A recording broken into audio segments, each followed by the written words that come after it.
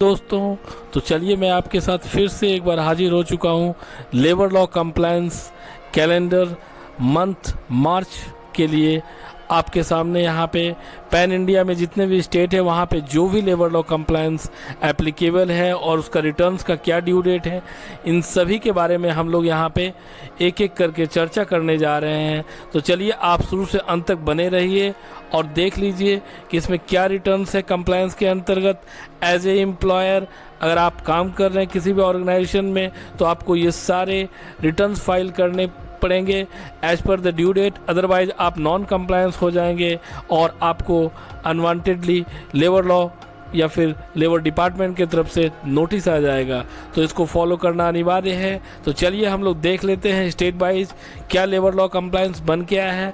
इसके अलावा मैंने जनवरी और फरवरी मंथ का भी कंप्लायंस ऑलरेडी पब्लिश कर दिया है, आपको मैं शेयर कर दूंगा लिंक यहाँ पे, आप जा कर के देख सकते हैं। इसके अलावा पैन इंडिया का जितने भी लेबर लॉ कंप्लायंस है, जो भी एक्ट वाइज है, उस पर मैं वीडियो बनाता रहता हूं और अपडेट करता रहता हूं।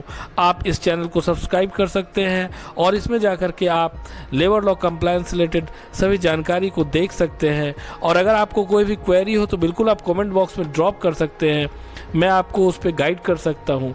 तो चलिए देख लेते हैं क्या कंप्लायंस कैलेंडर बन के आया है।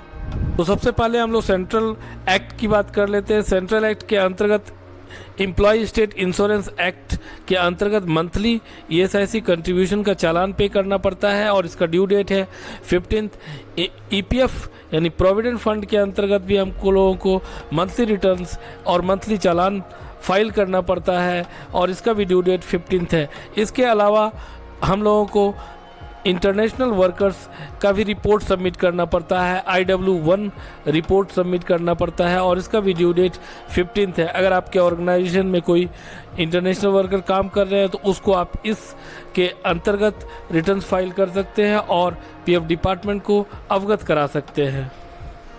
आंध्र प्रदेश स्टेट के अंतर्गत ओनली वन हम लोगों को फॉलो करना पड़ता है प्रोफेशनल टैक्स, मंथली रिटर्न्स पे करना पड़ता है और इसका ड्यू डेट है 10th।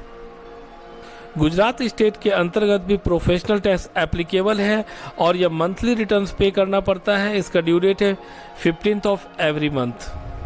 कर्नाटका स्टेट के अंतर्गत भी हम लोग को प्रोफेशनल टैक्स रिटर्न्स फाइल करना पड़ता है और यह मंथली रिटर्न्स फाइल करना पड़ता है, मंथली चालान फाइल करना पड़ता है, इसका ड्यू डेट है 20th ऑफ एवरी मंथ। इसके अंतर्गत आपको फॉर्म 5A रिटर्न्स फाइल करना पड़ता है। केरला स्टेट के अंतर्गत भी जितने भी shop and commercial establishment act है उसके अंतर्गत जितने भी वर्कर्स काम कर रहे हैं उन सभी का लेबर वेलफेयर फंड के अंतर्गत हम लोगों को मंथली रिटर्न्स कंट्रीब्यूशन पे करना पड़ता है अंडर फॉर्म 6 के अंतर्गत और इसका ड्यू डेट है 5th of every month. Maharashtra state के अंतर्गत भी प्रोफेशनल टैक्स एप्लीकेबल है और प्रोफेशनल टैक्स का जो मंथली चालान रिटर्न्स फाइल करने का ड्यू डेट है वह 31st है और महाराष्ट्र के अंतर्गत हम लोगों को एनुअल रिटर्न्स भी फाइल करना पड़ता है प्रोफेशनल टैक्स के अंतर्गत, इसका भी रिटर्न्स ड्यू डेट है 31st। वेस्ट बंगाल स्टेट के अंतर्गत भी प्रोफेशनल टैक्स एप्लीकेबल है और इसका मंथली रिटर्न्स पेमेंट करना पड़ता है, इसका ड्यू डेट है 21st। तो इससे रिलेटेड जो भी क्वेरी हो बिल्कुल आप कमेंट बॉक्स में ड्रॉप कर सकते हैं और हम लोग इस पर डिस्कस कर सकते हैं। धन्यवाद।